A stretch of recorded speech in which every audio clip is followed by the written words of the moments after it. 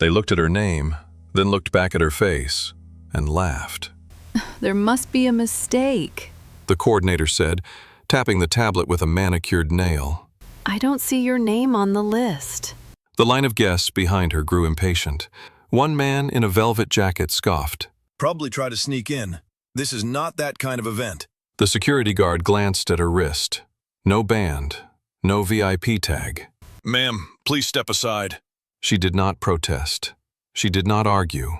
She simply took a breath and stepped back, while the red carpet moved on without her.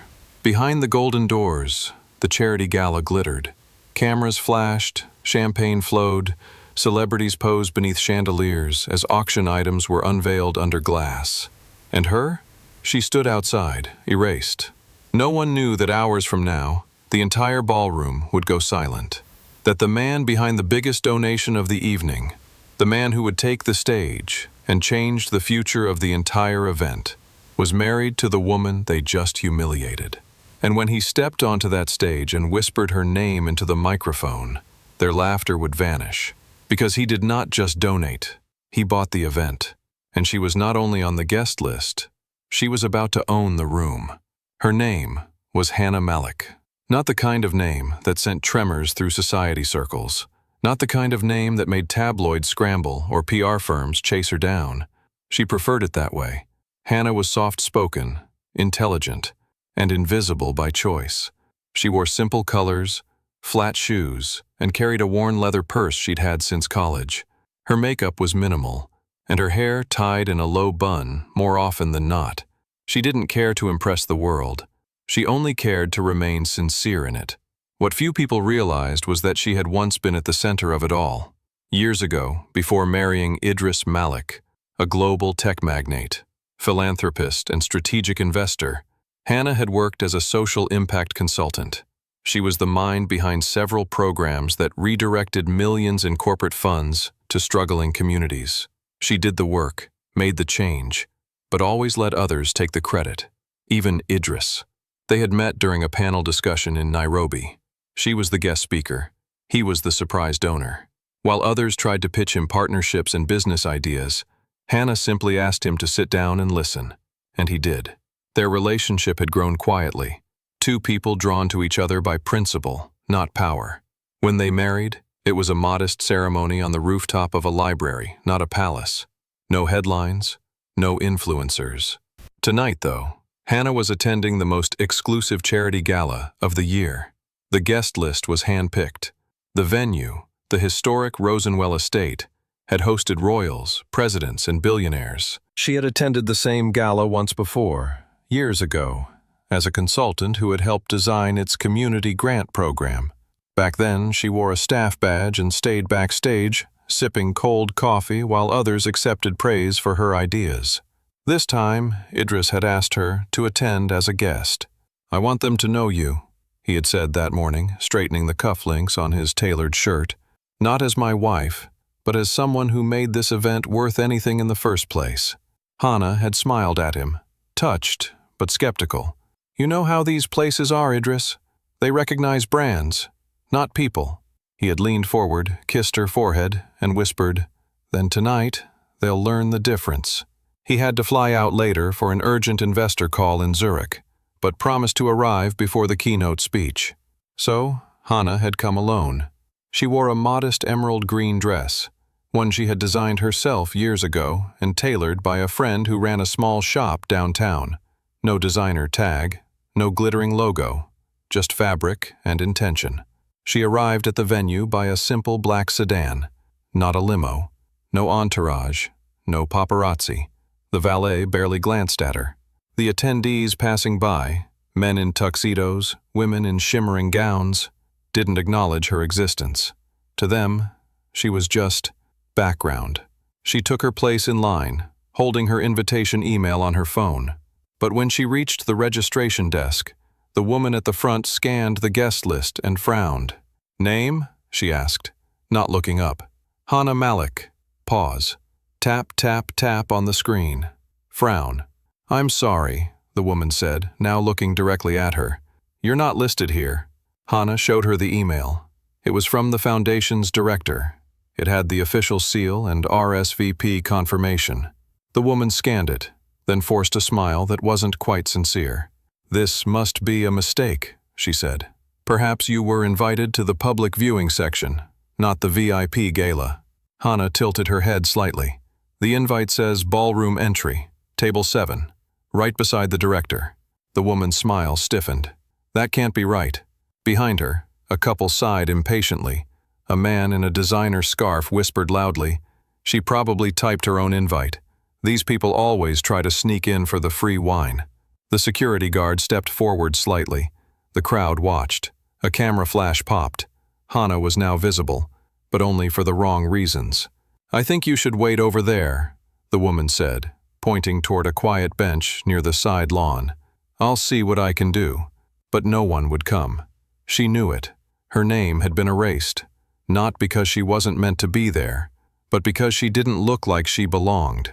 And in circles like these, appearance had always trumped present. Hannah sat alone on the stone bench just outside the golden-lit arches of the ballroom entrance. Every few seconds, the doors would swing open, releasing the sound of violins and champagne-fueled laughter into the crisp night air. The contrast was cruel. Inside, polished heels on marble, clinking glasses, whispered deals. Outside, one simple woman wrapped in a shawl, waiting for someone to acknowledge her worth. She glanced at her phone. Still no message from Idris. The flight must have been delayed, or maybe the investor meeting ran over. Either way, she knew he would come. He always did. But the minutes ticked on, and the cold settled deeper into her hands. A group of young influencers passed by, their gowns glittering under the spotlights, their laughter sharp. "Did you see the lady sitting there?" one of them whispered loud enough to be heard. "Probably lost, or hoping to sneak a selfie with someone famous." The others giggled, their perfume trailing behind them like arrogance in floral form. Hannah tucked her phone back into her bag. She had never needed anyone's approval, but tonight, something felt different. She had been invited. She had earned her place. Yet somehow none of it mattered because she did not look the part. From where she sat, she could see the ballroom through the windows. Tables covered in ivory silk, floral arrangements taller than people, a silent auction board with flashing bids. She recognized some faces: CEOs, politicians, celebrities. Many of them had once benefited from the very reforms Hannah helped design, but none of them had ever met her directly. She had always worked behind the curtain. Tonight the curtain was firmly shut. A waiter passed by with a tray of hors d'oeuvres. Hannah smiled politely. He paused, looked her up and down, and moved on without offering her a bite. She was not wearing a guest band. She was invisible. Then came the final insult. A foundation assistant, clipboard in hand and earpiece in ear, stepped out to scan the entryway. Her eyes fell on Hannah, and she approached. "Ma'am," she said, soft but firm, "we kindly ask that guests without access badges not remain in the check-in area. The press will be arriving shortly." "I was invited," Hannah said calmly. The assistant's expression didn't change. "Yes, I understand, but unfortunately, without your name on the confirmed list, we must ask you to wait outside the cordoned area." "But I RSVP'd. The director." "I'm sure it was a miscommunication," the assistant interrupted, smiling now but not kindly. "If you like, you can email us and we'll follow up next week." She gestured discreetly to the rope barrier at the edge of the courtyard. Not just a line, a message. "You do not belong here." Hannah stood slowly. But she said nothing, because she had been taught, by life and by love, that dignity was louder in silence. So she walked away, past the velvet ropes, past the valet station, past the floral archway now flooded with press photographers. She stood at the outer edge of the garden just far enough to be invisible again. That was when she heard it. From inside the hall came a burst of laughter, forced and theatrical. The director of the foundation, Ms. Greta Holloway, had taken a stage. "Ladies and gentlemen," she announced over the speakers, "what a night to remember. Thanks to your generosity, our opening auction has already raised over $500,000. Applause erupted. "And it's about to get even more exciting," she continued. "In just a few minutes, we'll begin the private donor recognition ceremony, with a special appearance from our largest benefactor yet." Hannah watched through the glass. She saw the same people who once ignored her now raise glasses to toast empty names. She saw a woman being led to table 7, her seat, someone who looked the part better than she ever could. But she remained still, because this was not about her anymore. This was about the principle, about all the people who had ever been made to feel lesser because they did not sparkle loud enough. And then her phone buzzed. Just one line from Idris. "I'm 5 minutes away. Whatever happened, I'll take care of it." She exhaled, steadying herself. Her wait was almost over. But for the people inside, the real wait had just begun. Because when Idris Malik arrived, so would the reckoning. Inside the grand ballroom, the air shimmered with champagne bubbles and polished pride. At the head of the stage, Greta Holloway, director of the Gala, had just completed her self-congratulatory speech. Photographers circled like moths to glittering gowns, and murmurs spread like wildfire as the crowd anticipated the appearance of the mysterious major donor. "Probably some Saudi prince," one man joked, "or a Silicon Valley nerd with too much crypto," someone else muttered. No one expected who was actually about to walk through those grand French doors. Just as the auctioneer raised the gavel for the next item, a rare Fabergé egg replica, the gilded entrance creaked open. A hush fell. Heads turned, and in stepped a tall man in an ink-black suit, unaccompanied, unannounced, yet instantly impossible to ignore. Idris Malik, tech billionaire, private investor, owner of several companies quietly reshaping industries, rarely seen, rarely photographed, and absolutely not on the celebrity list. Because men like him, and when he did not see her inside the venue, his jaw clenched ever so slightly. He turned to a stunned assistant and asked with cool politeness, "Excuse me, where is my wife?" The assistant blinked. Wife? "Hannah Malik," he said clearly. The assistant froze. I think there was an issue with—" Idris stepped past him. He walked straight to Greta, who was now descending the stage, smiling stiffly. "Mr. Malik," she exclaimed, "what an honor to—" "She is not inside," he said, not raising his voice, yet silencing the entire space. Greta's smile faltered. "Oh, there must have been a mix-up." "She was on the guest list," he said calmly. "Table 7. Your assistant removed her." "I assure you it was not personal." "No," he said, his voice now like silk hiding steel. "It was predictable." Someone gasped. He raised his hand, and in it a sleek black phone. "While I was mid-flight," he said evenly, "I received a message from Hannah. She was stopped, questioned, told she did not belong."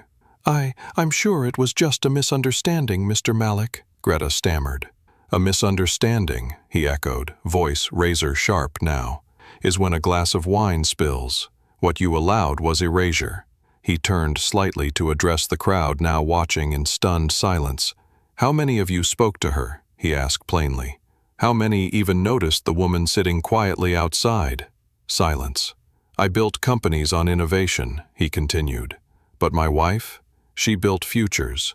She created the very funding model that this gala now uses to support underprivileged communities." Gasps spread like wildfire. Greta paled visibly. "Wait, the social equity program?" "Yes," Idris replied. "She wrote the first draft, years ago, before any of your donors even knew what equity meant beyond investments." Greta wobbled. The director beside her nearly dropped his wineglass. Idris scanned the crowd. "Tonight you celebrated names and titles. You paraded wealth and polished the surface." He paused. "But you erased substance." His voice dropped to a low, commanding tone. "So, allow me to correct that." He turned back to Greta and said clearly, "As of this moment, I have purchased controlling interest in the Rosenwell Trust, the foundation that runs this gala." Dead silence. It hit the room like thunder beneath velvet. "I submitted the bid last month," he added. It was accepted yesterday. Tonight was to be my quiet introduction as benefactor. He looked around the room again. But now, it is my introduction as owner. Someone dropped their champagne flute. No one bent to pick it up. Greta's face was frozen. Her lips parted, but no. She stepped forward, slowly, every eye in the room now fixed on the woman they had dismissed. As she reached him, he gently took her hand and kissed her fingers. Not for show, but for the world to see. Greta tried to recover. "Mrs. Malik, please, no need," Hannah said softly. "I think the message was clear." And then she turned to the guests. "Not to shame them, but to teach them. I do not need your apology," she said, "but I do hope you reflect, because tonight was never about a guest list. It was about what we value, what we see." The crowd was motionless. Idris looked at the stunned announcer. "Continue the auction," he said, "but make sure the next item goes to table 7. He walked Hannah to her seat. This time, no one dared look away. The woman erased from the list had just rewritten the entire evening. The atmosphere in the ballroom had shifted entirely. Where there had once been whispers of judgment and status games, now there was only stunned reverence and a growing sense of shame. Hannah sat at table 7, no longer invisible, yet she carried herself exactly as before, calm, graceful, unapologetically dignified. She did not gloat.